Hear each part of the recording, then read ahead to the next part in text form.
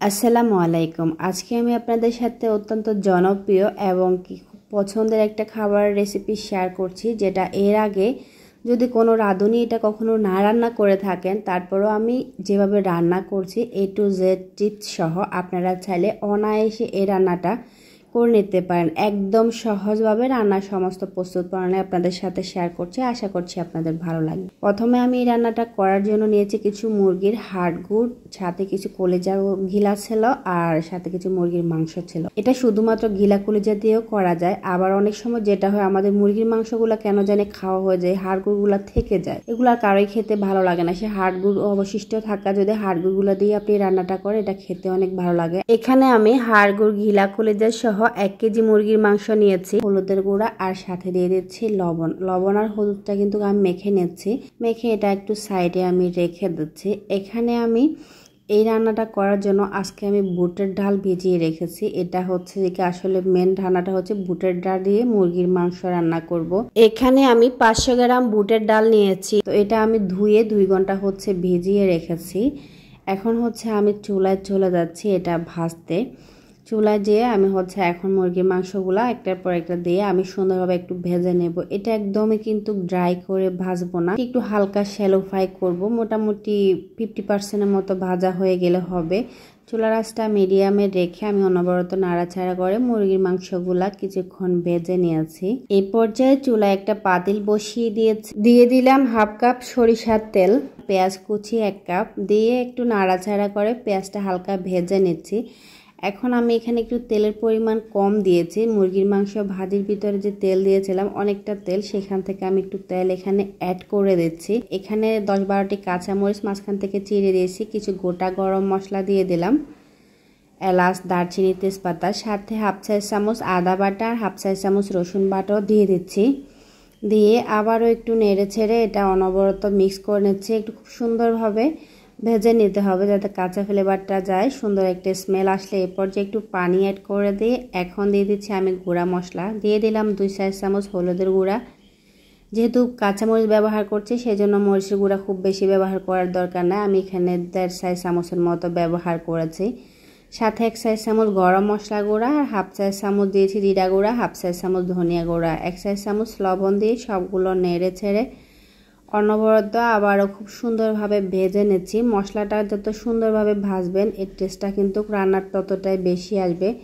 অনবরত ভাজার পরে দেখুন খুব সুন্দর তেল ছেড়ে আসছে উপর দিয়ে। এই পর্যায়ে আমি যে ডালটা ভিজিয়ে রেখেছিলাম এটা আমি পানি ঝরিয়ে রেখেছি। এখন আমি সেই ডালটা অ্যাড করে দিচ্ছি। ডালটা আমি দিয়ে দিলাম মশলার ভিতরে, দিয়ে এখন হচ্ছে ডালটা সহই আমি মশলার সাথে একটু নেড়ে ছেড়ে অনবরত এটা ভেজে নিব। অনেকেই এই রান্নার সঠিক প্রসেস জানেন না, আবার অনেকে হচ্ছে জানলেও ঠিকঠাকভাবে রান্না করতে পারেন না। আর কোনটার পরে কি করবেন বা কোন স্টেপটা আগে পরে ফলো করবেন সেটার কারণে হচ্ছে রান্নার পারফেক্টলি টেস্টটা যেরকম আসে না। আবার হচ্ছে হয়তো অনেক ক্ষেত্রে ডালটা বেশি সিদ্ধ করে পেলেন, আবার হচ্ছে অনেক ক্ষেত্রে ডালটা কারো সিদ্ধই হয় না। তো সবগুলো টিপস সহ আমি হচ্ছে আপনাদের সাথে রান্নাটা শেয়ার করছি, আপনাদের অবশ্যই ভালো লাগবে। দেখুন 2 থেকে 3 মিনিট আমি এটা ভাজার পরে যখন তেলটা উপরে ভেসে আসছে এই পর্যায়ে আমি কিন্তু এখানে অ্যাড করে দিচ্ছি পানিটা একটু বেশি দিচ্ছি, যেহেতু ডাল রান্না একটু পানিটা টানে। এছাড়া হচ্ছে এটা একটু একদম যে ড্রাই খাবো সেরকম না, একটু পাতলা পাতলা ঝোল ঝোল খাবো। আর এই পানিটা অবশ্যই গরম পানি ব্যবহার করতে হবে। এখানে আমি 1 লিটারের মতো গরম পানি ব্যবহার করেছি। পানিটা দিয়ে 2-3 মিনিট একটু রান্না করে নেওয়ার পর এখন দিয়ে দিচ্ছি সেই মুরগির মাংসটা, যেটা আমি খুব সুন্দরভাবে ভেজে রেখেছিলাম। আর এই যে মাংসের সাথে যে তেলটা ছিল এটাও কিন্তু একদম সুন্দর করে ফ্রাই প্যান থেকে দিয়ে দেব। এখন হচ্ছে এটা দিয়ে নাড়াচাড়া করে আমি এটা মিক্স করে নিচ্ছি। এটা এত সুন্দর কালার আসছে, এই পর্যায়ে দেখতে কিন্তু অনেক ভালো লাগছে। এরপর আমার রান্নার 50% কাজ শেষ। এখন এটা ঢেকে আমি 10 থেকে 15 মিনিট একটু রান্না করে নিলে আমার এই ডালটাও সেদ্ধ হয়ে যাবে। আর মুরগির মাংসগুলো যেহেতু আমার অলমোস্ট আগে ভাজি করা ছিল, খুব বেশি এটা আর সেদ্ধ করার দরকার নাই, তো রান্নাটা 50% আগে গোছানো। একটা বিষয় বলতে ভুলে গেছি, যেটা হচ্ছে বাজার থেকে যখন আমরা বুটের ডাল কিনে নিয়ে আসি এগুলোতে কিন্তু অনেক বেশি ময়লা থাকে। আমি কিন্তু বুটের ডালের সমস্ত ময়লা ভেজে এটা ঝেড়ে পরিষ্কার করে তারপর এটা ধুয়ে কিন্তু ভিজিয়ে রেখেছিলাম। ডালগুলা খুঁজে দেখছিলাম আসলে আমার ডালগুলা কই আছে। দেখুন আমার ডালটা কিন্তু একদম খুব সুন্দরভাবে সেদ্ধ হয়ে গেছে।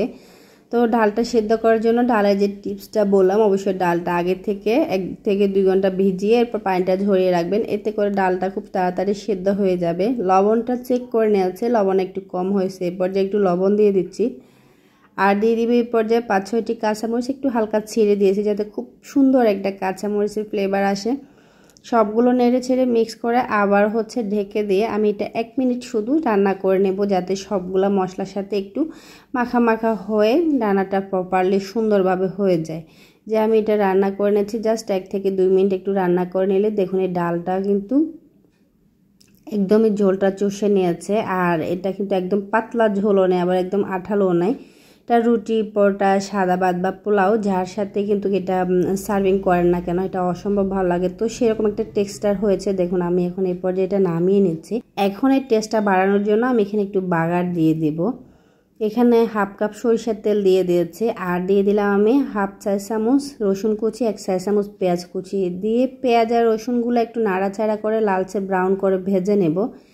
পেঁয়াজ রসুনটা ভাজা হয়ে গেলে আমি এই পর্যায়ে চুলাটা অফ করে দিয়েছি। চুলাটা অফ করে দিয়ে এখানে দিয়ে দিলাম জিরা গুঁড়া। এখানে 1/2 চা চামচ আমি জিরা গুঁড়া দিয়েছি। দিয়ে খুব সুন্দর একটা স্মেল আসলে এটা আমি এই যে বুটের ডাল দিয়ে মুরগির মাংস রান্না করছি সেটাতে অ্যাড করে দেব। চুলাটা অন করা অবস্থায় যদি আপনি এটা দেন, জিরার গুঁড়াটা দেন, সেক্ষেত্রে জিরার গুঁড়াটা পুড়ে বাজে স্মেল আসবে। এটা দিয়ে নাড়াচাড়া করে আমি সবগুলো মিক্স করে নিচ্ছি। এখন আমি এটা আপনাদের পরিবেশন করে দেখাচ্ছি যে এটা কতটা সুন্দর হয়েছে। এই রান্নাটা আমার একদম সিগনেচার একটা রান্না। বিশেষ করে আমি এই রান্নাটা আমার এই চ্যানেলের আগে আমার একটা চ্যানেল ছিল টুম্পা 7, আমি ওই রান্নায় মোটামুটি এই রান্নাটা শেয়ার করার কারণে ওইখানে 28 থেকে 30 হাজারের মতো ভিউ এসেছে। এটা অনেকেই অনেক বেশি পছন্দ করছে। আমি কিন্তু এই চ্যানেলে এখনও নতুন, সবগুলো চ্যানেলে আমি নতুন শুরু করছি, সেক্ষেত্রে 28-30 হাজার ভিউ কিন্তু অনেক। আমার আজকের রেসিপি এ পর্যন্ত। রেসিপি ভালো লাগলে লাইক, কমেন্ট, শেয়ার এবং সাবস্ক্রাইব করবেন। আল্লাহ হাফেজ।